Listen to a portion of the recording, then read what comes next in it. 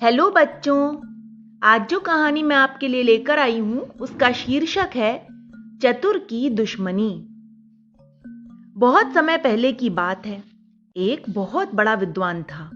अपने पिछले जन्म के संस्कार के कारण वह चोरी किया करता था।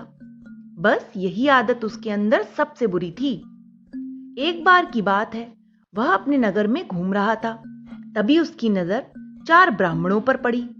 वह ब्राह्मण कहीं परदेश से उस नगर में आए हुए थे। उसने बड़ी गौर से उन ब्राह्मणों को देखा।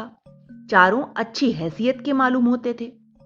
उसने उनका पीछा किया तो देखा कि वे चारों ब्राह्मण बाजार में अपने साथ लाई गई अनेक प्रकार की कीमती व मूल्यवान वस्तुओं को इधर उधर बेच रहे थे। कई दिन तक विद्वान ने उनका पीछा किया। देखते ही देखते उन ब्राह्मणों के पास बहुत सारा धन इकट्ठा हो गया था। विद्वान बराबर उनकी देखरेख कर रहा था। उसका धन देखकर विद्वान की नीयत खराब होने लगी। वह सोच रहा था कि किस प्रकार इन चारों ब्राह्मणों का धन हड़प लूं। फिर मुझे काफी दिनों तक चोरी करने की जरूरत नहीं पड़ेगी। मैं बहुत दिनों तक आराम से खाता रहूंगा और मजे से अपनी जिंदगी बसर करूंगा। यह बात सोचकर वह चारों ब्राह्मणों के पास जा पहुंचा। धीरे धीरे उनसे बातचीत करके उनसे दोस्ती बढ़ानी शुरू कर दी। उसने मीठी मीठी बातें करके उन पर अपना यकीन जमा लिया। वह उनका मन जीतने के लिए उन लोगों की सेवा भी करने लगा।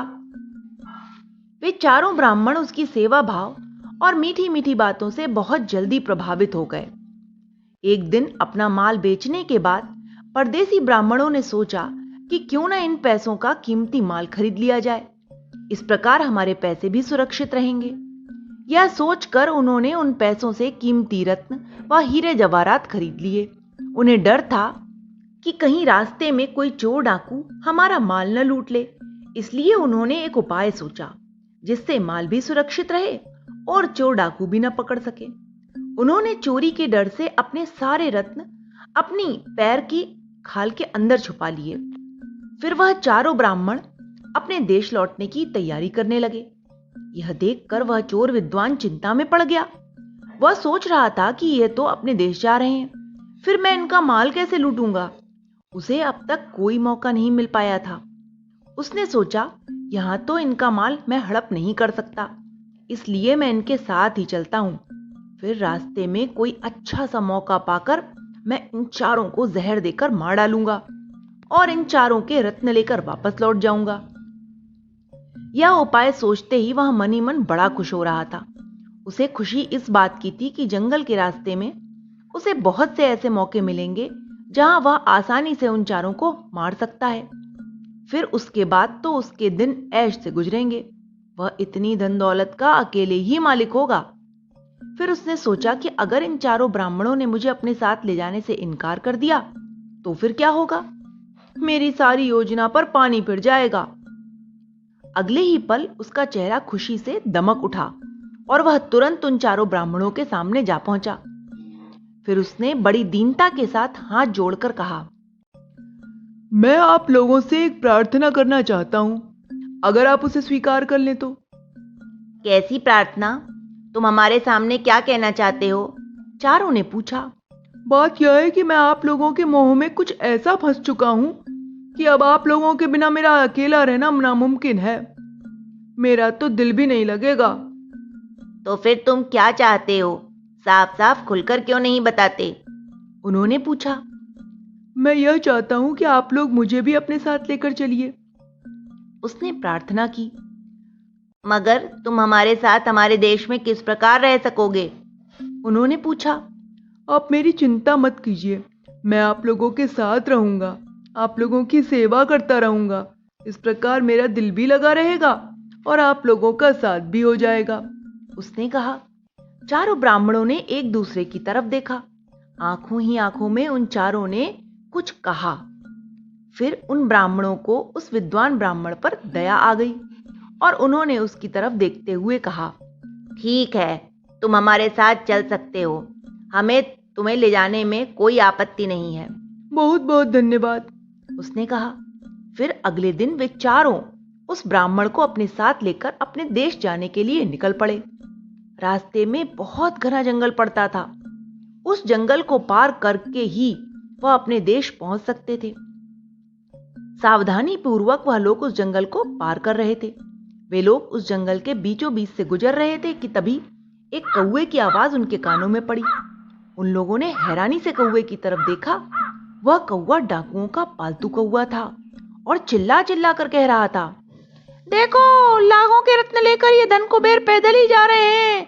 इन्हें मारकर रत्न लूट लो, लूट लो। वह चारों और पांचवां विद्वान भी उस कौवे की तरफ हैरानी से देखने लगा। डाकुओं ने कौवे की आवाज सुनी तो वे सारे के सारे बाहर निकल आए और उन पांचों ब्राह्मणों पर टूट पड़े। उन्होंने उन पांचों ब्राह्मणों को लाठी से पीटना शुरू कर दिया। वह पांचों लाठी से पिटने के कारण बुरी तरह घायल हो गए थे, इसलिए वे सारे ब्राह्मण घायल होकर जमीन पर गिर पड़े।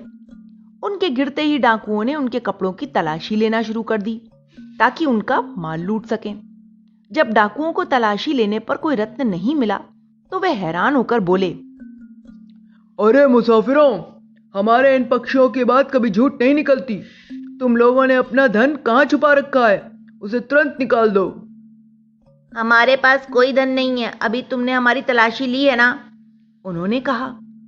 शराफत से माल का पता बताओ, वरना हम लोग तुम्हें मार डालेंगे और तुम्हारा एक एक अंग काट कर देखेंगे। चोर ब्राह्मण ने विचार किया कि ये चोर किसी प्रकार नहीं मानेंगे। ये चारों ब्राह्मणों को मार डालेंगे और सारे रत्न लेने के बाद मेरी भी तो हत्या कर देंगे। वैसे भी एक दिन तो मरना ही है। इन बेचारों की रक्षा करने के लिए अपना ही बलिदान क्यों न दे दूं मैं।